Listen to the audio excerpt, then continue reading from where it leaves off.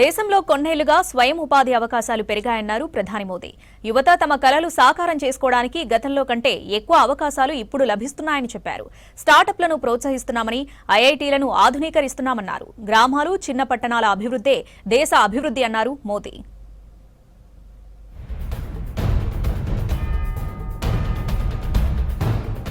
భారతదేశ యువత ప్రపంచంలో ప్రతి రంగంలో తనదైన ముద్ర వేస్తుందన్నారు ప్రధాని మోదీ.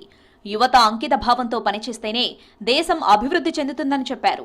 వర్చువల్ గా జరిగిన 19వ రోజ్గార్ మేళాలో ప్రభుత్వ ఉద్యోగాల్లో కొత్తగా నియామకమైన 51,000 మంది అభ్యర్థులకు అపాయింట్మెంట్ లెటర్స్ అందజేశారు ప్రధాని.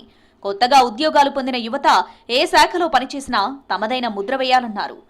यानी भारत के इंजीनियर्स, टेक्नीशियंस और स्किल्ड वर्कर्स के लिए इतनी मांग बढ़ने वाली है जिसकी आप कल्पना नहीं कर सकते हैं। हर नई पार्टनरशिप के साथ हम भारतीय स्टार्टअप्स, रिसर्चर्स और यंग प्रोफेशनल्स के लिए दुनिया से जुड़ने के नए रास्ते बना रहे हैं। రాబోయే రోజుల్లో భారత్కు చెందిన 10 సెమీకండక్టర్ యూనిట్లు ప్రపంచాన్ని శాసించబోతున్నాయన్నారు మోదీ. 2047 వికసిత భారత్ లక్ష్య సాధనకు ప్రతి భారతీయుడు గొప్ప సంకల్పంతో కొనసాగుతున్నారని చెప్పారు. కేంద్ర ప్రభుత్వం వివిధ రంగాల్లో భారీగా పెట్టుబడులు పెట్టబోతుందని, వీటి వల్ల యువతకు భారీగా ఉద్యోగ, ఉపాధి అవకాశాలు వస్తాయన్నారు మోదీ. దేశంలో 2 లక్షలకు పైగా గుర్తింపు పొందని స్టార్టప్లున్నాయన్నారు. టైర్ 2, టైర్ 3 నగరాల నుంచి యువత తమ సత్తా చాటుతున్నారని చెప్పారు. आज हर भारतीय एक बड़े संकल्प के साथ आगे बढ़ रहा है।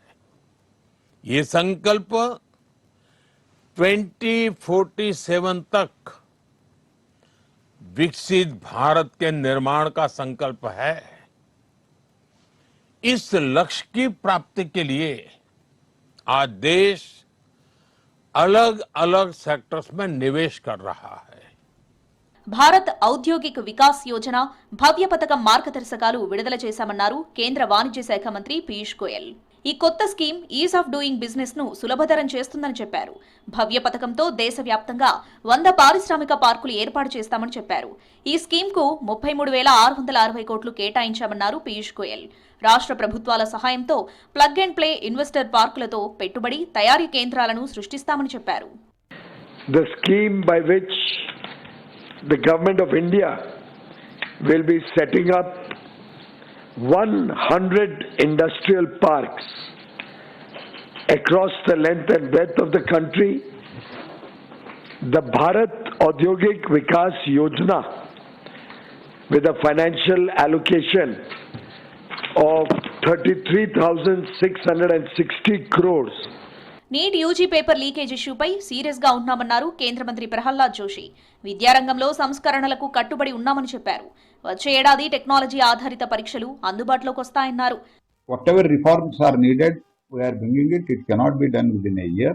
That's why we have taken some more time and will be implemented next year. Technology-driven examination will be there.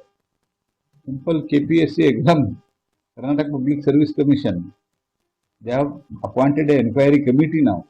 Once or twice, whatever has happened, I'm not defending it, but still government is serious. What needed action are to be taken, it will be taken and it will be held appropriately in coming days. మహారాష్ట్రలో పర్యటించారు రక్షణ మంత్రి రాజ్నాథ్ సింగ్. షిరిడీలో సూర్యస్త్ర universal rocket launcher సిస్టమ్ను జెండా ఊపి ప్రారంభించారు. Shirdi defence manufacturing complex ప్రారంభోత్సవంలో పాల్గొన్నారు.